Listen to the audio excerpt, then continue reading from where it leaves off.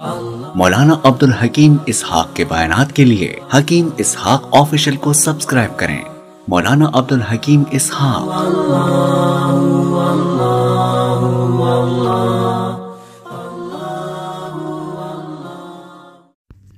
نحمده ونصلي ونسلم على رسوله الكريم اما بعد فاعوذ بالله من الشيطان الرجيم بسم اللہ الرحمن الرحیم۔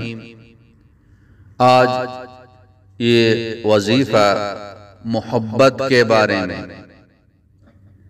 کسی کے دل میں جگہ بنانا، کسی کو اپنی طرف مائل کرنا،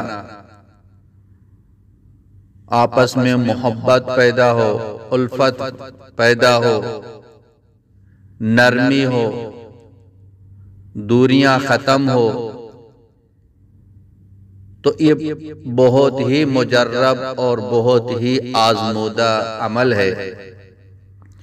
لیکن یہ محبت جائز محبت کے لیے ہے، ناجائز و حرام کے لیے نہیں ہے۔ جائز محبت کا مطلب میاں بیوی ہیں، بیوی محبت کرتی ہے، شوہر نہیں کرتا، تو یہ عمل جو نا بیوی کرے، اور اگر شوہر محبت کرتا ہے، بیوی محبت نہیں کرتی ہے، تو یہ عمل شوہر کرے۔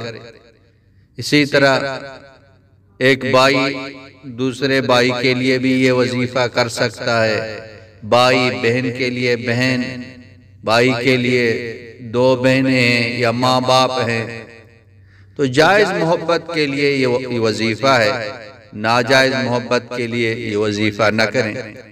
تو جائز محبت کے لیے کریں گے تو انشاءاللہ تعالی جلد از جلد آپ اس کے فائدے دیکھیں گے۔ تو بہت ہی مجرب ہے، الحمدللہ کئی لوگوں کو فائدہ ہوا، اللہ پاک نے دلوں کے اندر محبت پیدا کی ہے، کیونکہ یہ اللہ پاک کا نام ہے، اللہ کا نام ہے، تو یہ پر تاثیر ہے، فوراً اپنا اثر دکھاتا ہے۔ یقین کے ساتھ پڑھیں، پابندی کے ساتھ پڑھیں، انشاءاللہ تعالی آپ دیکھیں گے اللہ پاک آپ کی محبت ان کے دل میں کیسے پیدا فرمائیں گے۔ تو یا ودود، یا ودود یہ اللہ پاک کا نام ہے، اس کو 11 مرتبہ پڑھیں۔ مثلاً اگر شوہر محبت نہیں کرتا ہے، بیوی تو محبت کرتی ہے لیکن شوہر نہیں کرتا ہے، تو یہ عمل بیوی کرے۔ 11 مرتبہ یا ودود پڑھ کے پانی پہ دم کرے۔ جب شوہر کہتا ہے مجھے پانی پلاؤ، شوہر ہو یا بیوی ہو، بہن بھائی ہو، جو بھی ہو، اگر آپ کا باس ہے، مالک ہے، آپ پر سختی کرتا ہے، یعنی جائز ہو، 11 مرتبہ پڑھ کے پانی پر پھونک مار کے اس کو دے دے۔